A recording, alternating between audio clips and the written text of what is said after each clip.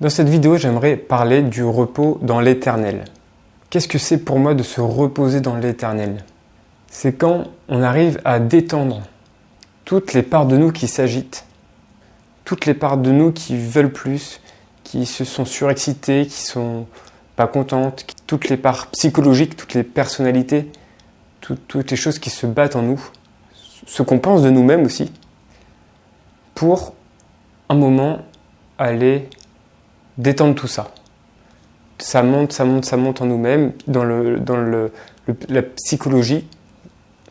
Puis d'un coup, on va aller faire détendre tout ça.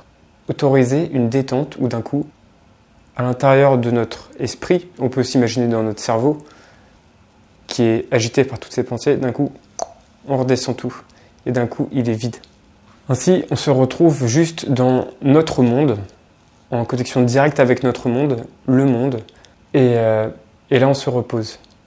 Quand il n'y a plus ces filtres de pensée, d'agitation en nous-mêmes, alors on a vraiment une sensation de détente.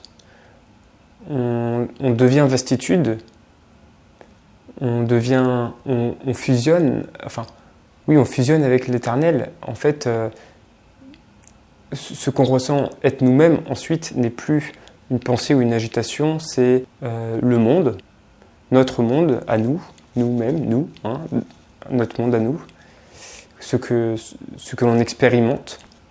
Et ainsi on se repose dedans, et en fait c'est très détendu en nous-mêmes. On est très détendu en nous-mêmes, et le monde est perçu de façon beaucoup plus lumineuse, beaucoup plus brillante, beaucoup plus éclairée.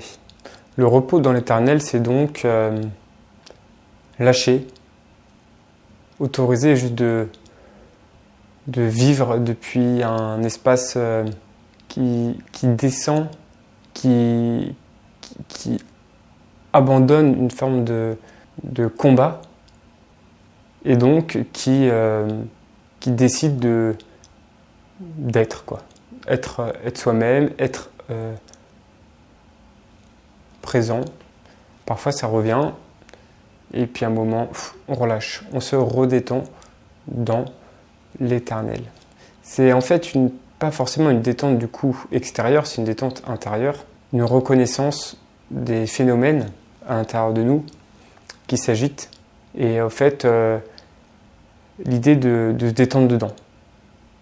Qu'est-ce que je vais devenir plus tard? Comment je vais gagner ma vie? Comment je vais avoir de l'argent? Qu'est-ce que je dois faire? Toutes ces questions-là qui peuvent nous ronger, toutes les préoccupations qui remontent et qui ne sont pas nécessaires. Ça, c'est quand on les relâche que d'un coup, hop, on entre dans cette sphère de repos. Comprenant en soi-même que plus on s'abandonne, plus la vie qui nous est proposée est saine et détendue, et plus on va réussir à lâcher ça. Parce qu'en fait, si on pense que c'est en étant dans un état de combat, de survie, qu'on va attirer ce qu'on veut, vivre la vie de nos rêves, etc., et ben on va continuer.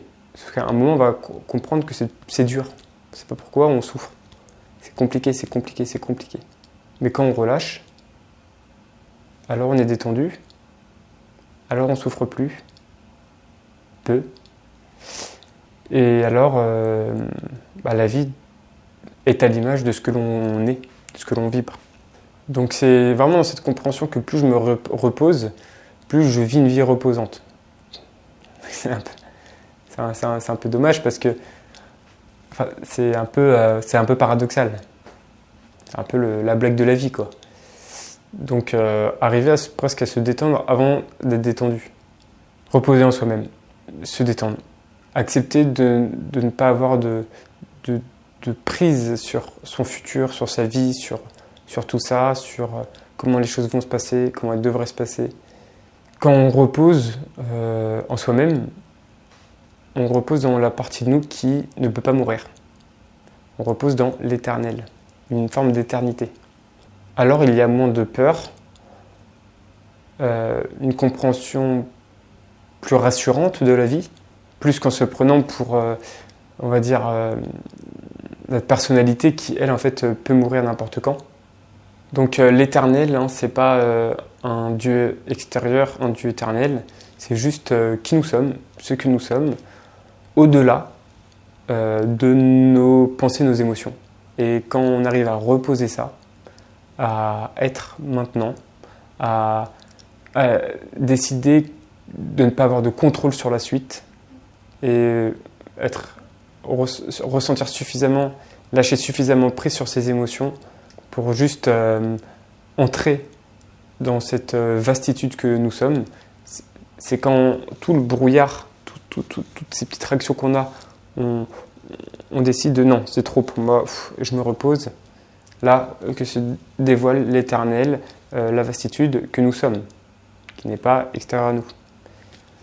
Voilà, cet état de repos, cet état de j'en ai marre de souffrir, ça me fatigue, je peux juste c'est bon. Bon, ça vient pas tout de suite. Si on a une vie stressante, si on a une vie, on a un corps fatigué, c'est compliqué de lâcher dans ces moments-là. Donc faire au mieux. Mais voilà, quand on a un corps fatigué, quand on a un corps malade, le mieux c'est de reposer d'abord le corps. Bien manger, bien dormir, pas avoir trop d'activité, sortir des relations toxiques. Déjà, c'est une bonne base pour ensuite avoir ce temps, cette détente suffisante pour un moment lâcher les mécanismes intérieurs. C'est très dur de lâcher quand on a un corps fatigué et malade. C'est très dur. C'est possible, mais c'est dur. Ciao, ciao.